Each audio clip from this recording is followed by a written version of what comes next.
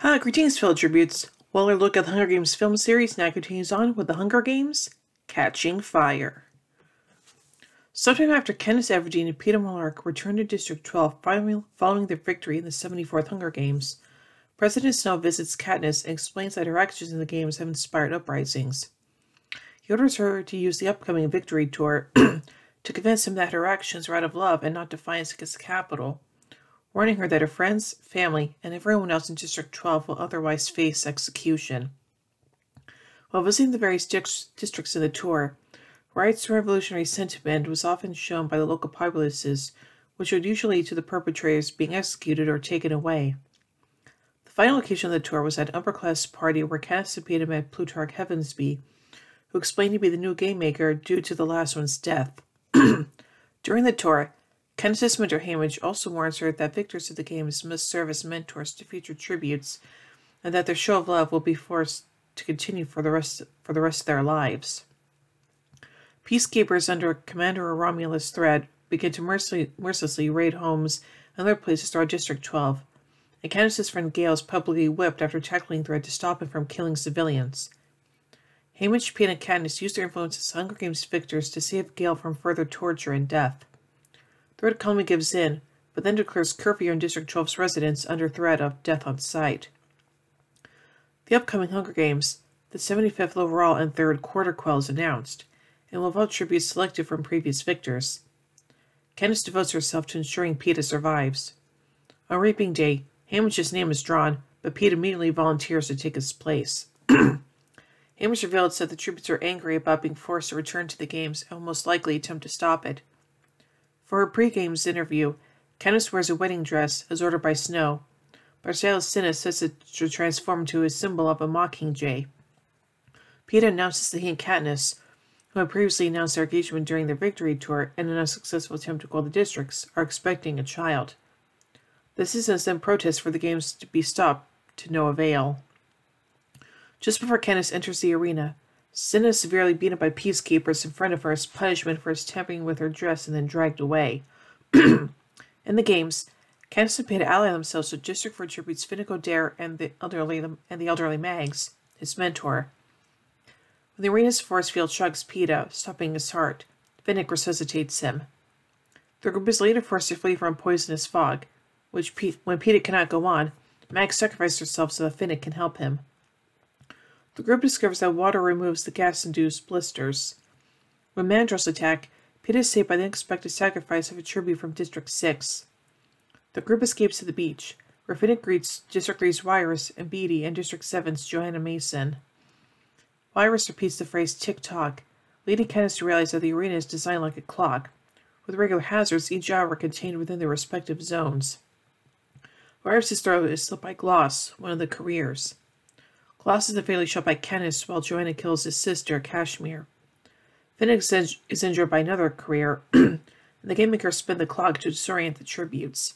Beat suggests luring the rest of the careers to the wet beach and electrocuting them, taking advantage of the lightning that strikes every 12 hours. The group separates to prepare the trap, laying down wire. When Brutus and Anubari emerge, Johanna stuns Katniss, cuts the tracker out of her arm and flees. Katniss finds an unconscious Beatty. Unable to find Peeta and Harry Cannon, Katniss almost kills Finnick, thinking he betrayed them, but he reminds her to remember who the real enemy is. Katniss attaches a wire to an arrow and shoots it into the arena just as lightning roof just as lightning strikes. The lightning is conducted along the wire, causing the arena shields to fail and the roof to fall, and Katniss is knocked unconscious. Katniss awakens in an aircraft to find Haymitch, Beatty, still unconscious, Finnick, and Plutarch Heavensbee, head game maker, who is revealed to be a rebel against Snow. He tells her they are bound for District 13, headquarters of the new rebellion, that half the tributes were aware of the plan to escape with Katniss, who symbolizes the growing rebellion. They were unable to rescue Peeta and Johanna, as they still have their trackers on them. A distraught Katniss is sedated after attempting to attack Haymitch for violating his promise to save Peeta. She awakens to find Gale by her side, who reassures her that her family is safe, but that District 12 has been destroyed by the Capitol. So let's take a look at the production of this movie, beginning with pre-production. Lionsgate announced that a film adaptation of Catching Fire will be released as The Hunger Games: Catching Fire on November 22, 2013, as a sequel to the film adaptation of The Hunger Games, with principal photography set to take place in September 2012. Simon Beaufet was hired to write the script for the film and wrote 2 drafts. Before leaving after Gary Ross, director of Hunger Games, decided not to direct the sequel. The shooting timeframe was coordinated between Lionsgate and 20th Century Fox, in order to allow time for Jennifer Lawrence to shoot X-Men Days of Future Past, the sequel to Fox's X-Men First Class, in January 2013.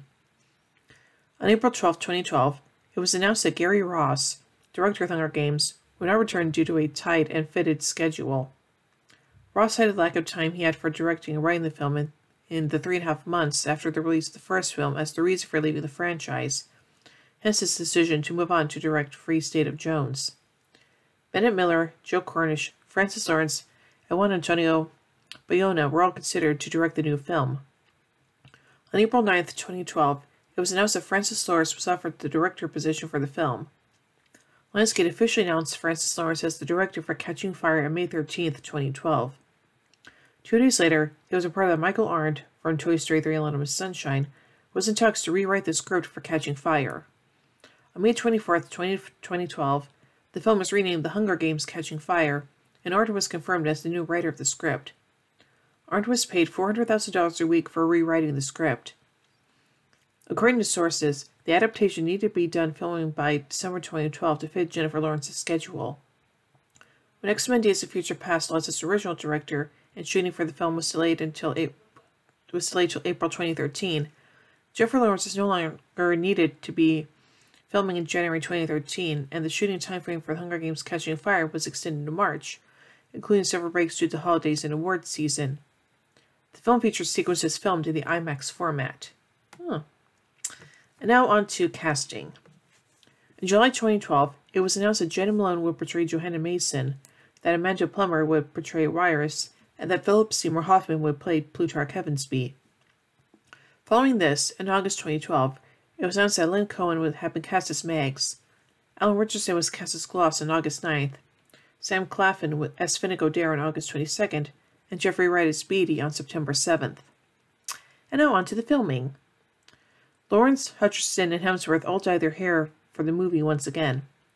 Lawrence went back into archery training in order to get in shape for the role, while the supporting cast undertook training in preparation for the arena scenes. Production officially began September 10, 2012, with shooting concluded for some of the cast on December 21, 2012.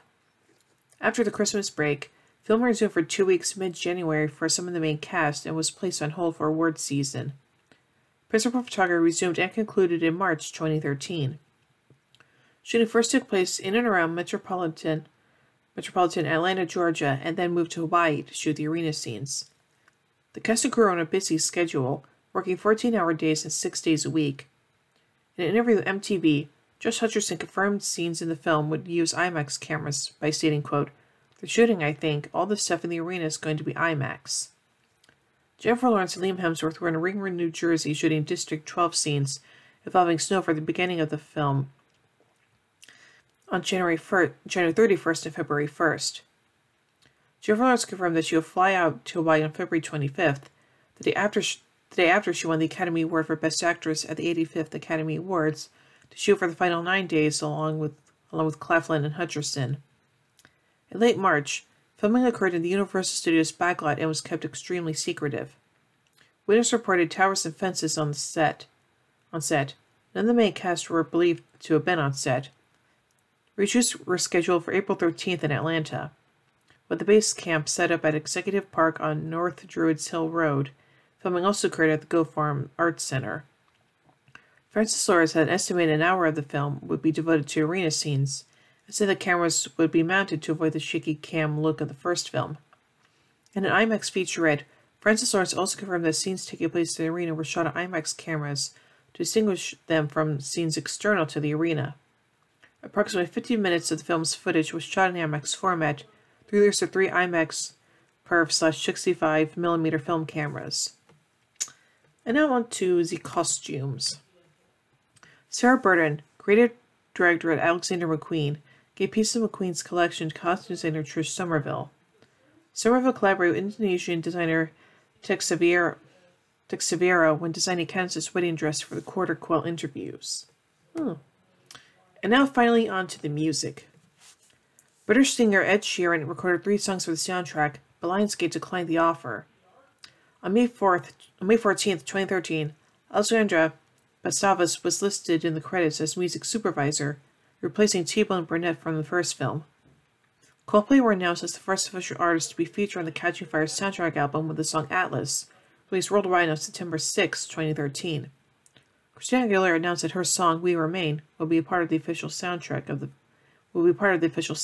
film.